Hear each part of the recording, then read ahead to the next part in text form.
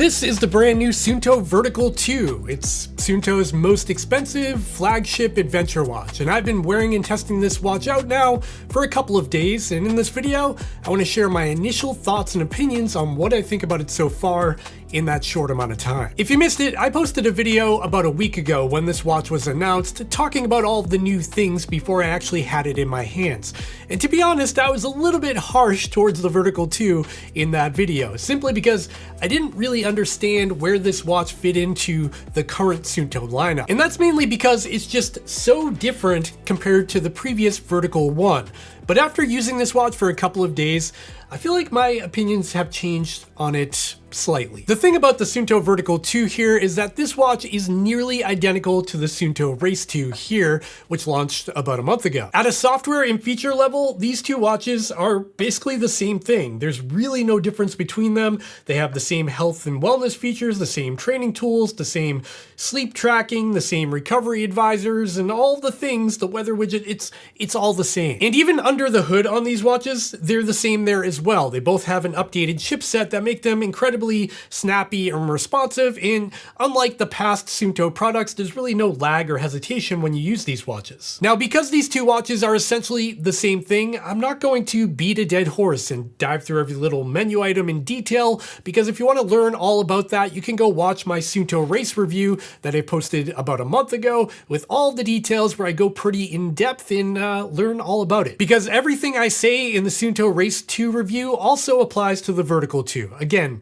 they're the same. The difference between the Race 2 and Vertical 2 really boils down to four major things: the size, weight, and design of the watch itself, the battery life, a built-in flashlight, that's right, the Vertical 2 has that, and the price point. And compared to the previous Vertical 1 that I have here, the main difference is pretty obvious. They're right in front of me here, and it's that Suunto has moved to an AMOLED display on the Vertical 2 compared to the rather dull MIP display on the Vertical 1. Let's talk about the price for a minute though. The Suunto Vertical 2 starts at $599 US for the stainless steel version, and goes up to $699 for the titanium version. That price point puts it about $100 more compared to the Race 2 in both stainless steel and titanium. When it comes to colors on the Suunto Vertical 2, both the stainless steel and titanium options are a dark color, basically all black. However, there are 6 band color combinations you can choose from at launch, and the band I have here is called Pine Green, which I think is actually pretty cool. Now, when it comes to the hardware, the Suunto Vertical 2 is slightly bigger than the Race 2. From a footprint perspective though, when they're actually on your wrist, they both have the same case size at 49 millimeters.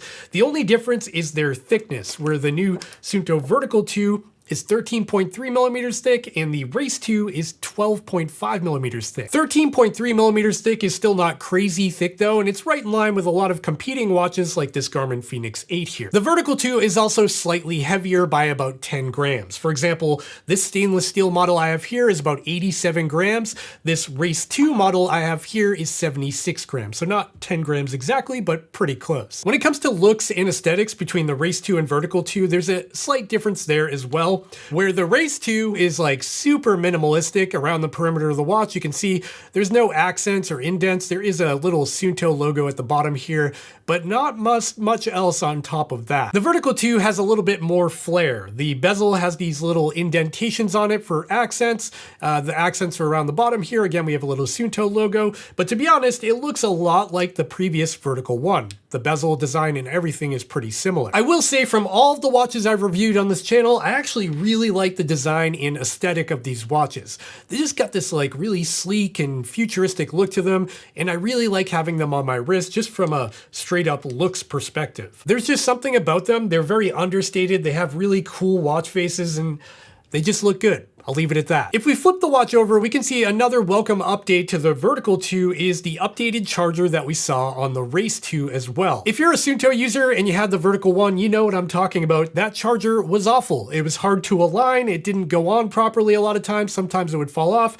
This new charger has much stronger magnets in it, and it's self-aligning. You can pretty much put it on reliably every single time, and it pretty much never misses. At a hardware level though, there is a major difference between these two watches when it comes to navigating the user interface. On the Suunto Race 2, you've got 2 buttons here and then the digital dial or scroll wheel in the middle here. And I personally really like this layout because I find it very easy to scroll around the user interface, and you can use the scroll wheel for zooming in and out within maps as well, which makes it much more useful. Now on the Vertical 2, it's a bit different because if we look at the side here, we don't get a scroll wheel. We've got the same top and bottom button, but in the middle is just another third button.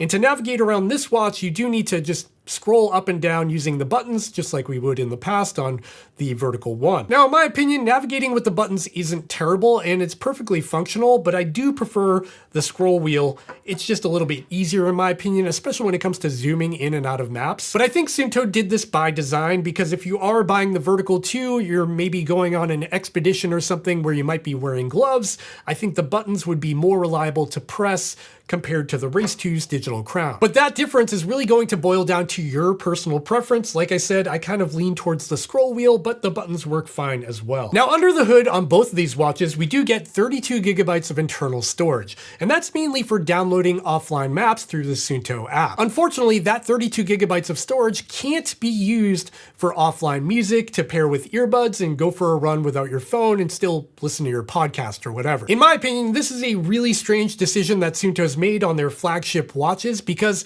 they do have offline music support on much cheaper options like the Suunto Run that came out a few months ago. That watch has 4 gigabytes of internal storage that can be used for music that you can upload through the Suunto app.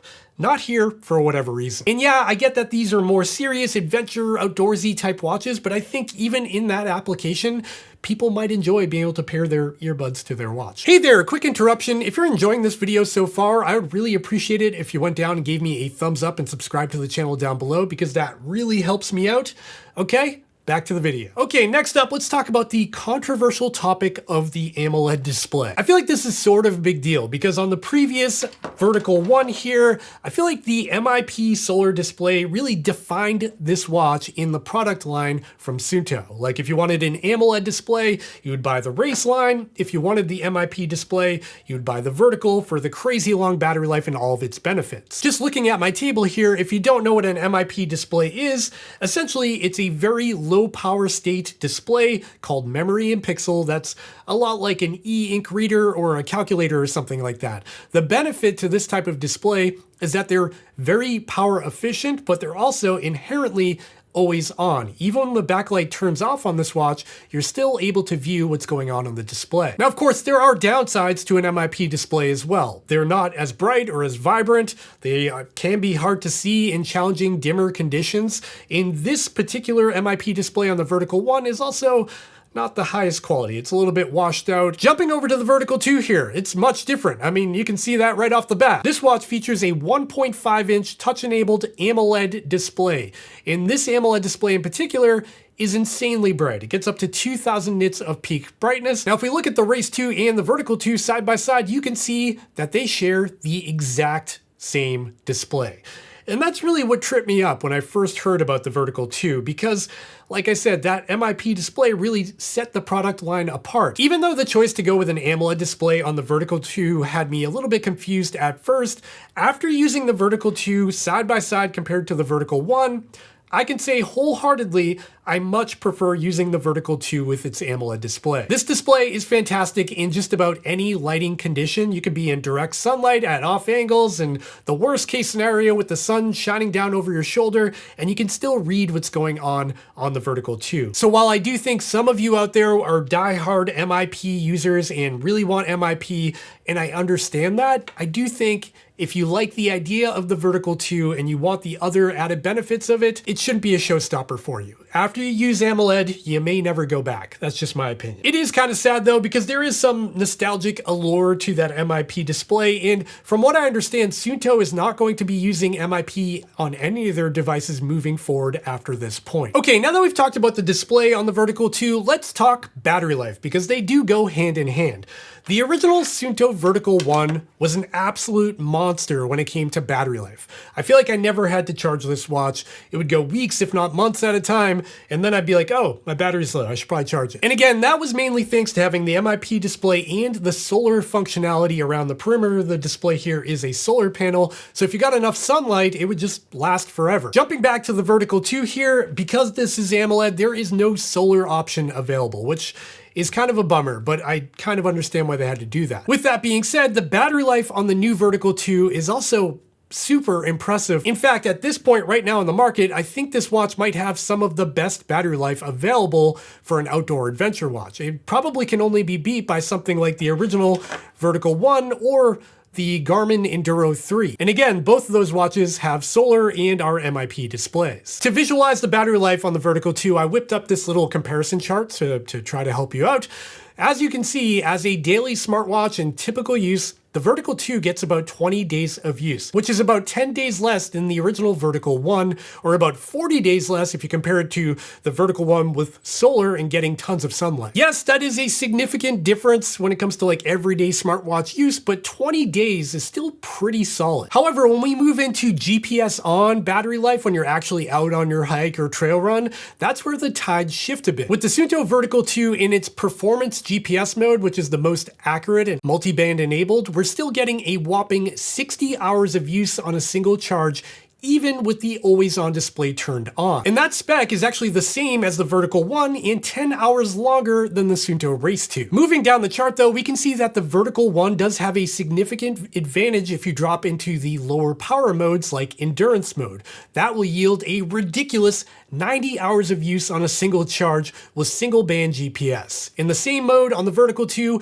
we're down to 75 hours, which is still a really long time. If you're using that much battery life, kudos to you. Now, this change in battery is going to really boil down to your personal use case. I feel like most people aren't doing activities that are over 60 hours long. If you are, you probably already know that, and you should probably be in the market for the Vertical 1 or something like the Garmin Enduro 3. I think for most people, the battery life of the Vertical 2 or even the Race 2 are going to be more than enough for just about everybody out there, and you're probably going to find yourself rarely charging your watch. Moving right along, let's talk about the heart rate sensor on the Suunto Vertical 2. As you can see, compared to the original Vertical 1, this heart rate sensor has been updated, and it now shares the exact same heart rate sensor found on the Suunto Race 2. Now, this heart rate sensor has me very perplexed because I've seen lots of reviews here on YouTube or even blog posts, and it seems like everybody out there is getting really good results from this sensor, except for me. In my experience, this heart rate sensor has been okay, I would define it, but I'm finding the same anomaly on the Vertical 2 that I found on the Race 2 here, which is not surprising because it's the same sensor and a very similar case design. For whatever reason, on the Suunto Vertical 2 and Race 2, for the first 5 to 10 minutes of just about every activity I do, the watch struggles to lock onto my heart rate. You can see here on the charts that it kind of spikes very high for a little while, and then after a few minutes it settles down into a more accurate reading for the remainder of the activity. To be fair, after that first 5 or 10 minutes, the watches become pretty accurate. It's really only in that initial startup time where it's kind of all over the place. So while this heart rate sensor might be good for most people out there, judging by all the reviews I've seen, in my experience, it's been a bit off. Your mileage may vary. Okay, moving on to one of the more exciting features on the Suunto Vertical 2, and that is the addition of the built-in LED flashlight, as you can see there. So if you haven't noticed, in the past couple of years, more and more of these built-in flashlights have been rolling out. It started with Garmin, like on this Garmin Fenix 8 here, and Garmin has started adding these to like all of their watches in their lineup.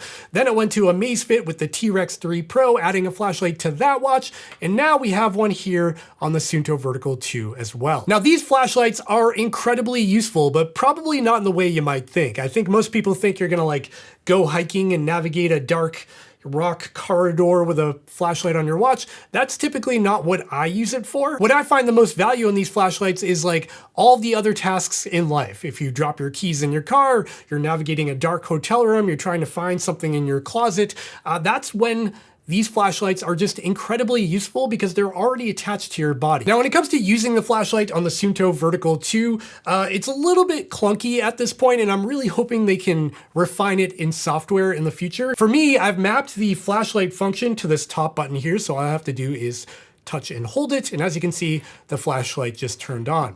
Now, from within the flashlight menu here, You can increase or decrease the brightness by pushing up or down on the buttons. You can also scroll down into a red LED mode if you want to do that. And below that, we get an SOS mode that'll do Morse code.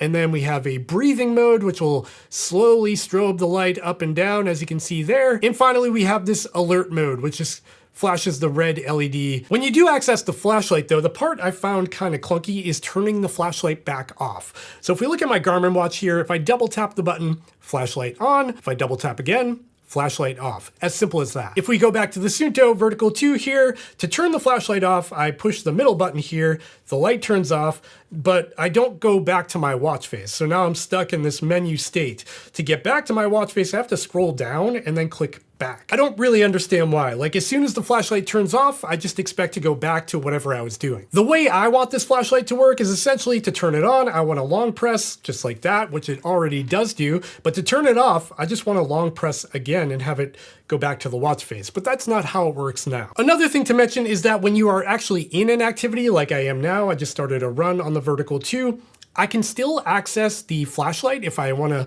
see what I'm doing, or maybe my headlamp died and I need a backup light in a pinch.